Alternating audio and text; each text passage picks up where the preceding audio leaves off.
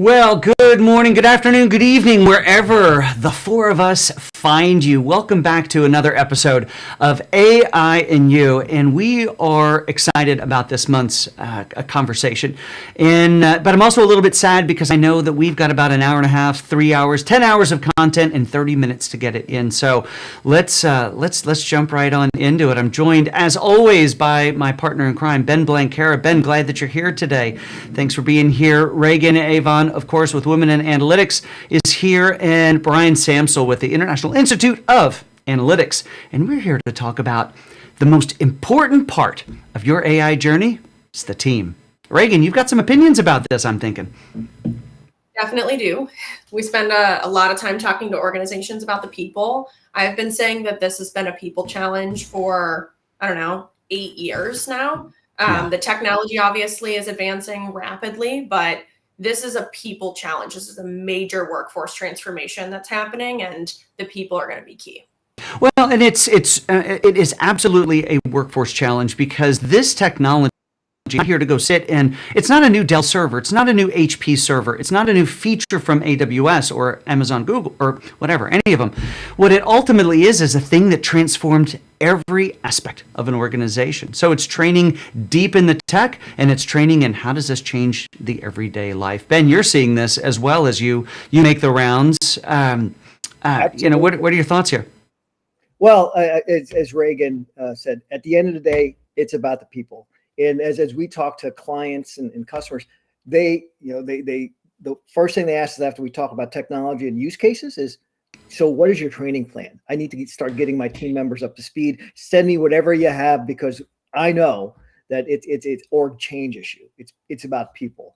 And what's interesting is, they've got folks already doing self-training, right? Yeah. And so I think the challenge for a lot of organizations is, how do you create a standard framework that everyone is using the same language within the organization? And That's so I right. think people are acknowledging, I can get trained on, there's a ton of online courses, and those are good, but that doesn't create a common language and vernacular in the organization. That's right. And I do have to pause for a second because I'm so excited about the topic that I forgot some of the things that we need to cover in housekeeping. Welcome to the show, of course. But we would love to hear from you. I would love for you to be like Megan, who has already introduced herself in the chat from San Antonio, because as we have this conversation, we don't want to talk to you. We want to talk with you. So if you will introduce yourselves, then we'll know who we have here in the show. So I know that there's folks there's probably a couple from Ohio here who's being shy and hanging out in the background, but also from all around the world. So please introduce yourselves. Tell us who you are. Tell us where you are. Now, Brian, over at IIA, International Institute of Analytics, imagine that this is one of the main conversations that you guys are having with folks, and that is not just how do we get great analytics or how do we pull the data together, but how do we train people in the data and how to use it and make a difference in the business. Yeah, absolutely. And I think what's what's interesting about this is it is training being up and down the org chart, right? It's everything from executives needing some education to the management to the individual contributors, and honestly, it's to the data and analytics teams as well, right? They're just upskilling that needs to be done there, right? If you think about the co-pilots and some of those tools, right? Like it's changing how we as data and analytics professionals have worked before. So lots of interest in training and also figuring out, where do we need to, where can we upskill, right? Where do we need to hire? What does that right mix look like? So it's an interesting time. Now, Brian, you bring up a really interesting point. You say in your last comment that people are looking at how do we upskill and how do we hire. Now, in the topic of upskilling, Rehgan, you brought some news to us this morning, and I think it's pertinent that we stay as current as we can be. So why don't you introduce, and producer Daniel bring up the graphic that I've shared and tell us what's going on in the world of training.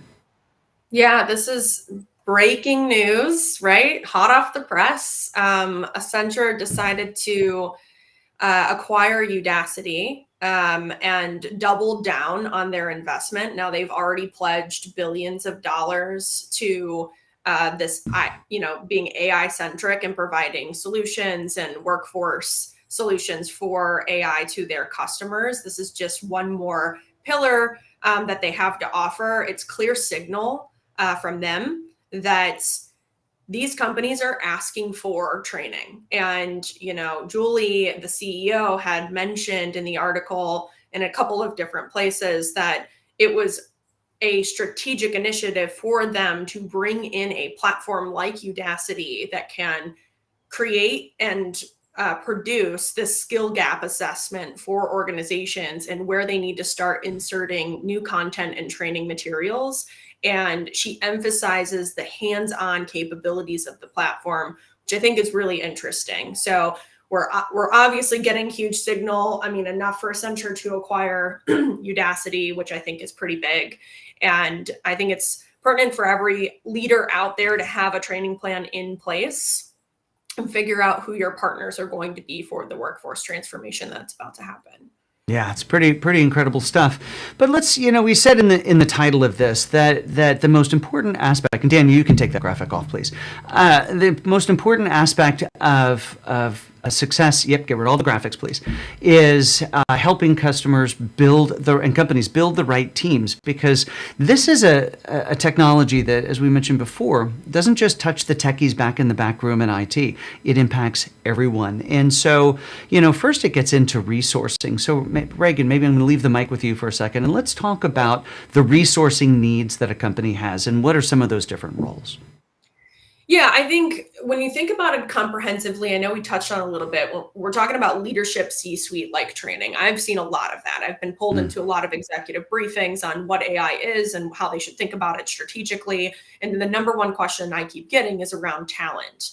Who do they need to hire? And I think one of the biggest components of this too is how far are you diving into AI? I keep thinking about the AI ecosystem of building and buying in this generative AI space as like, do I want to design and build engines? Do I want to assemble cars? Like, what part am I going to buy from a supplier and what part am I going to build? And you're going to staff your team to support those different components depending on how far and how deep you plan to go. And so do you need the $900,000 salary data scientist that Netflix is hiring? Probably not, if you're a large enterprise organization, because you're not in the business of building engines. You're in the business assembling specific vehicles for your company. And so I often tell these organizations to think, what IP are you going to start supplementing with AI? I mean, it's great to get co-pilots and help with operational efficiencies, and there's training for sure around that. But how is this going to touch the core of the company? And those are the big talent decisions that you should be making. In terms of the workforce transformation, every single person is going to need to get trained. We've been doing AI readiness and safety trainings for everyone with a laptop.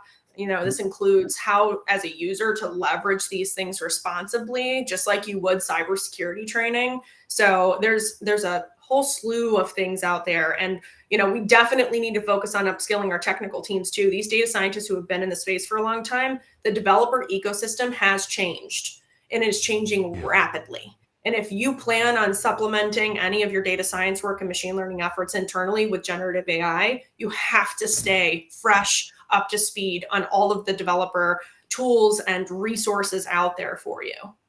That is such a go ahead, Brian. Sorry, I was going to say, I totally agree with you, but it's kind of funny because it just feels like a minute ago, right? We're talking about data science and, we're getting that discipline rolling. And now we're already talking about how it's changing, right? It's just, this stuff is moving so fast.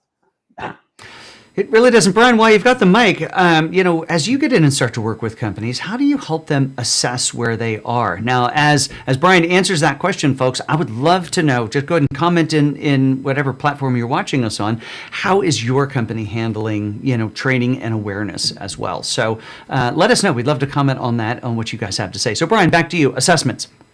Yeah. I think, it's an interesting kind of, push and pull, right? In some instances, you've almost got to rein in the AI hype, right? And I've been surprised at seeing some of the people who get caught up in the hype, right? Of buying tools with an AI assistant in it or something, right? On the other hand, there's some companies that I know they're dealing with, hey, our CEO or executive suite is out there saying we are AI first, and then you've got a legal and compliance team that is saying no, we can't do this, we're not ready, right? So I mean, it's an interesting world right now. So I think, you know, I loved Rehgan's advice and thoughts on, you know, trying to figure out where are you using, you know, what is your AI strategy, right? Is this something that you're really going to, you know, is this something you're going to try to optimize your existing processes with, right? Is this something you're going to really build a competitive advantage around? And how you come out on that really, I think, dictates, you know, the staffing you need, the approaches you take, your risk levels. But it's hard. And again, this is one too where it just feels like everybody in the org is talking about AI, right? And it's not isolated to here or there. I mean, it is all over the place. People who, you know, would not have been talking about technology a year or two ago are talking about AI. I know. I'm even next month going to talk to a community group over at the local country club because they want to know what is this AI thing and why does it matter, which is going to be such a great visit. Now, Ben, I was going to ask you around some of the challenges in staffing, but let's tie that to Salima's comment, which keep them coming, Salima. Love your stuff, where she says information is a second language, data literacy is a differentiator. So when we think about, you know, getting out and resourcing teams and training teams, I think a big part of that challenge is to, one, you know, how do you get the data to the right place, but how do you turn it into a second language within an organization? What are your thoughts there? Yeah, I mean, I think that CDOs for a long time have been sort of driving this notion of data literacy and data culture, and, you know, this is not a new conversation, but it is a different language, and it's in many times, you know, it's not, you know, sexy, right? Data, right? That's, unless you're a data geek, and which I like it, but now it's like with Gen AI, it has come mainstream. Right. And now, you know, that, you know, AI is, you know, everyone wants AI, but now that's a big driving force for, we better get some data literacy, because, you know, if you don't have good data, you can't do AI. And so I think this is like an incredible time for chief data officers and folks. Like, there's a lot of technical debt with data and data literacy, right? This becomes the great driving factor for, so when we talk about, you know, upskilling, there's like just this fundamental notion of sort of like the value chain, right, of data to insights to Gen AI, right? And I think it's an incredible opportunity for folks to create a new language. Just to me, this is every bit of, you know, it's every bit of going into a different country. And if you really want to be successful in a different country, then you better understand the language. That's a really good point. And I love what Dan has to say. AI is in the air. I mean, it is sort of everywhere.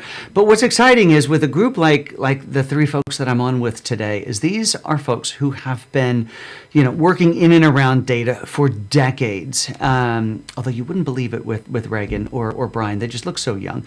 Ben and I look old. But the data folks have been, I always say, they've been sitting in the corner, not been necessarily the cool kids in the room, but they've been here saying the data's got to be right. We need investment. Everyone has to get in. Look at all the power. And now that AI is here, it's the catalysts that have brought all of these conversations to the limelight. Now, the conversations aren't new, but the challenges now are real, because as there's now all this great push towards utilizing the tool in every single organization, you know, it drives and exposes this skills gap. Rackspace just did a bunch of research that we'll be releasing here in the next couple of weeks, but like 46% of companies are actively trying to solve this. It is a massive issue for these folks that we interviewed, and it was over 1,400 folks that we talked to. But what it ultimately drives is reskilling, drives us towards reskilling strategies. You know, Rehgan, in your conversations, you know, why reskilling? Why not just go find new people? Yeah, I think one of the takeaways that I encourage the executives that I talk to have by the time we're done talking is that context is everything. And when I talk about context, I mean your business, your operations. Really, data is the best representation we can get of the process of the company that's happening. That's why it's unique to each company. That's why it's considered the differentiator. We are literally trying to represent what is happening operationally in information and model that and use that to make decisions and make changes. And this is in lies the problem, right? We're talking about the data here. Yeah. And so when you have someone who has 20 years of doing a process at a company, those people are very valuable. They have context. They have the nuances down. They have the things that the models are going to miss. And we need to retrain them to understand how to get augmented by these systems and how to help shape these systems to be productive for the company. So it's so important to keep those people core to the organization, keep them around, provide them with the necessary resources that they need to contribute to this conversation. I have this slide that's like the AI task force, right? And part of it is operations. You know, I saw Salima's comment about getting that middle to change. We've got the executives excited. We've got individual contributors excited. How do we get that middle, that frozen middle, I think she said, to change? And part of that is figuring out strategically, what are we trying to move with AI? What are we trying to augment, change? Think of it as decision support. And like I said, those people that have 20 years of experience in your company, keep those people. Have them help you shape these, you know, AI systems inside of your organization, and have them help you figure out how to integrate it into the business. Yeah, I just want to jump on that, Rehgan, because I think the other sort of component when we think about sustainability of organizations, part of it is that, you know, sustainability of our workforce, and or there's an implicit sort of belief that we have that says, you know, the best people you have, they're folks already here. You just got to invest in them a little bit. And so I agree, because they understand the context. They understand all the edge cases, right? And when you think about AI, and that stuff, it'll kill you. Not the stuff in the middle. It's the edge cases that blow up, right? And so I think that becomes really the things to consider there. That's right. And I'll just add one more thing too, because the people that are doing well with AI, they know what they want to get out of it. Mm-hmm. I always bring up the open-ended prompt. People are intimidated by that because they're like, what do I put in there? Right? It's the people that know what they want out of it that do really well. The people that are clever about, what do I want to accomplish with this? And how do I craft that, design it, and use this to do that? The people that are just like waiting for answers from these systems, they're not going to get anything valuable. So those are the difference in folks that are engaging with it. Well, and forgive me if I insult anyone in the context of this next comment here, which is always sort of exciting when you lead with that. But I was talking to a good friend last week, and what the folks that I found who really excel in this space are those that know how to, using quotes here because it's like I'm talking to a 5-year-old, use their words. Think about the 5-year-old who's all worked up. They are so upset and they can't express what's wrong with them because they're so upset. In your example, Rehgan, they're intimidated.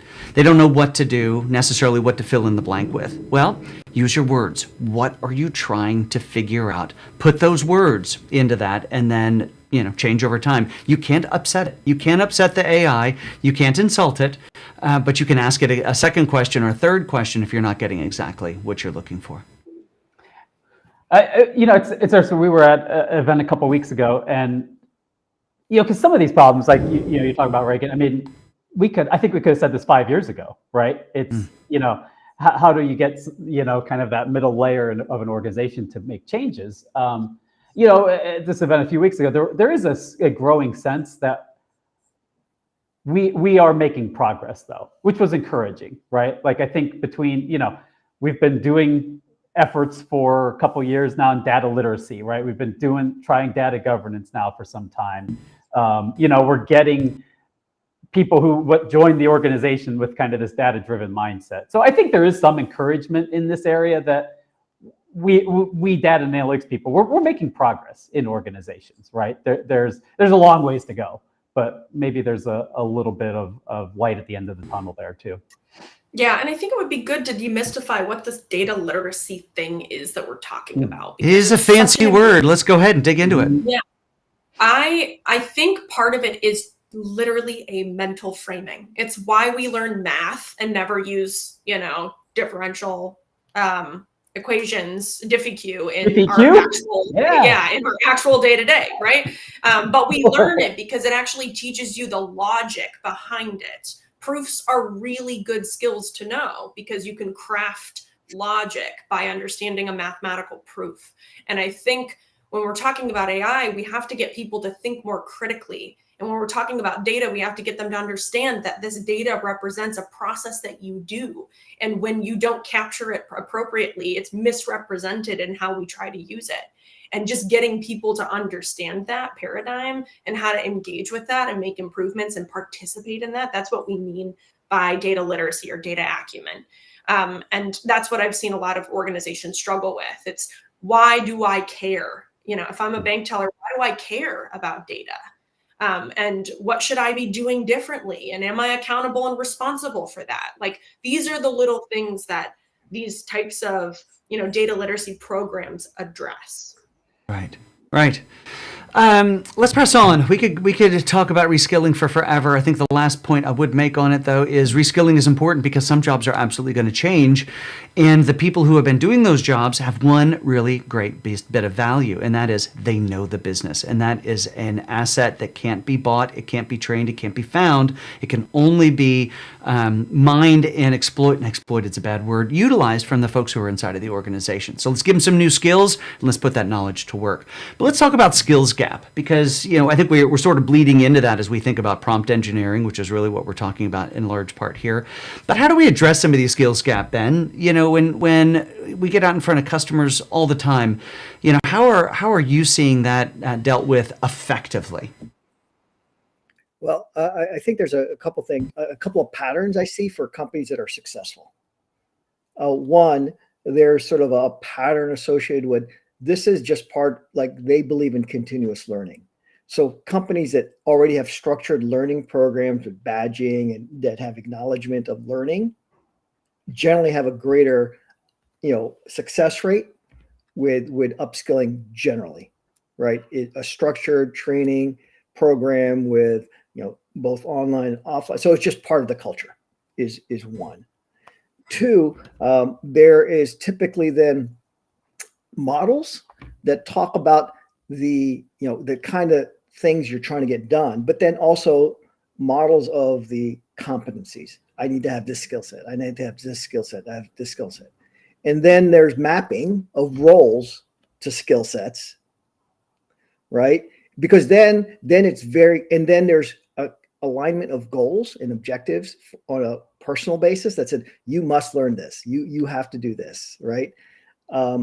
By this time frame, right? So there's an alignment there. And then there's a component of, and you will use it this way, right? So people understand why they're learning it, that creates some outcome. But but you have to have some discipline in sort of like, what are you trying to get done?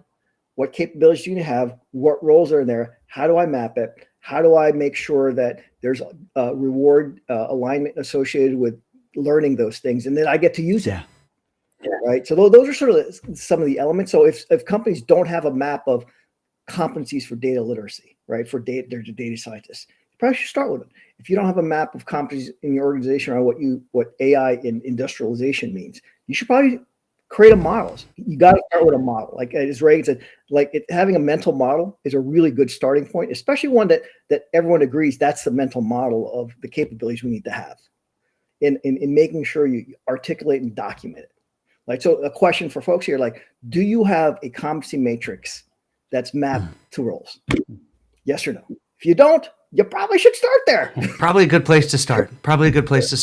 And as you then get that model and you start to think about how we're going to staff to that, Rehgan, what are some strategies around where do I go in and train and upskill? Where do I go look for external talent, or when do I go to do that? What are some strategies around how to effectively then enable those things? Yeah, I think external partners are great to get things started. They're like the tinder for the fire, right? They can come in, they can establish some standards, they can demonstrate what that looks like. I always call it like building that muscle memory. They come in, they help you build that muscle memory. Maybe it's like getting a personal trainer for the first couple of months, and then once you've got the routine down, you're like, great, I can go to the gym and do this on my own. And then you can start to like figure out what you want to bring in-house and who you want to partner with sustainably. So I think it depends on the organization's strategy on whether or not they want to bring that type of talent in-house or partner with other firms to do that. But I think to Ben's point too, if you don't have a comprehensive understanding of all of the different skills and all of the different capabilities that you're going to need and all the handoff points between all of those people, this is probably the most dependent system that a company has ever experienced. You got legal and risk and cyber and data and operations and, you know, your CFO, and like you got all of these people who are trying to do this together, which is really important.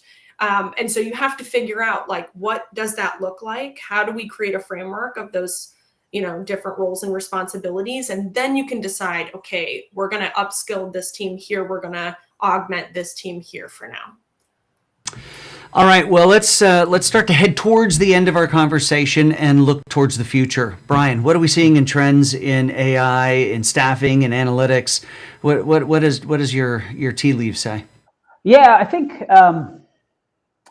we're seeing a lot of mature analytics organizations have success, you know, attacking these problems in kind of pods, right? So, I mean, like Rehgan was saying, right? This is such an interdisciplinary area right now, right? Not only do you need, you know, if you think of kind of your pod, right? You know, a BA or a product manager, you know, an analyst, a data scientist, right? A machine learning engineer, right? All working together to tackle a problem, right? You've also got to bring in legal, right? And compliance and places, you know, places in the org like that. And probably the sooner you bring them in, again, the better, right? They like to be, that's one thing I've learned recently, like the legal team, they like to be brought in much, much earlier because they tend to get brought in at the end, right? So they have opinions. They do. And it's good to be friends with them, right? It is. You know, but bring them in early, right? They actually like that, and they want to, you know, they want to be your partner from the beginning. So I think that's where we're seeing a lot of success by people is just having that group of people with various skills being able to tackle these AI use cases. But I would say too, right? I think, again, I like Rehgan's point at the beginning, right? Most of the organizations out there, you don't need that, you know, close to 7-figure data scientist, right? Yeah. Like I think there's a lot of space in the middle. There's a lot. And I think a lot of, you know, your good data scientists and software engineers who have been doing machine learning over the last couple of years, like, you know, they've been working with NLP technologies. They've been working with similar things over the years, right? And this is a continued evolution of that. So I think they're well positioned to help out. Yeah. So Ben, in the last few minutes here, you know, what do you think? We've talked a lot about challenges and reskilling and hiring. You know, does the future look any better? What are you seeing there? Yeah, absolutely. I mean, mankind is limitless in its potential, right? I mean, so the days of doom and gloom of resources just means you're not looking in the right places, and you're not looking to invest. Like you're not actually willing to do the work, right?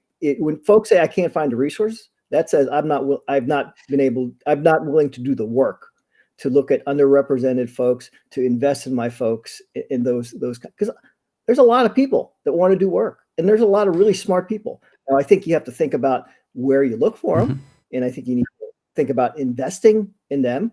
But I think, you know, I just think that, you know, if you need the close to 7-figure data scientists, there's a very small pool that have those high level skill sets, right? Right. And the reality is there's probably a very small need in the grand scheme of things. 99.999% of us don't ever need that. That's right. Well, Rehgan, right. as we here in the middle of the first week of March, Women's History Month, we're so grateful to have you here. I want to give you the last word on things. So sum up our conversation. Final thoughts, these challenges, these opportunities, and what's happening in the future. Yeah, I think holistically about what skills need to exist in your organization. Start there, understand what that gap looks like. I think that's a great place to start. And then also make sure it's aligning with your strategy. Like I said, are you building engines? Are you assembling vehicles? using that as a context on how deep in the AI space are you going to build and bring in-house as a part of your core strategy. So really have alignment on that, have alignment on where you're at today and where you need to be from a people perspective. And I'd say finally too, think about community. I think one of the biggest misses companies have is that they aren't establishing this central and core community. I often hear in these meetings, great, where's everybody assembling? Where can I find out what's happening across the organization? What can I join? Are there lunch and learns? Are there, there's this community element too that you have to foster that's a part of this culture change. And you got to get people together and you've got to coordinate and you have to have somebody responsible for doing that. So I'd say the biggest thing, think about capabilities, get a plan in place today, figure out who you can partner with to do this, who's seen it work well, and don't leave anybody behind.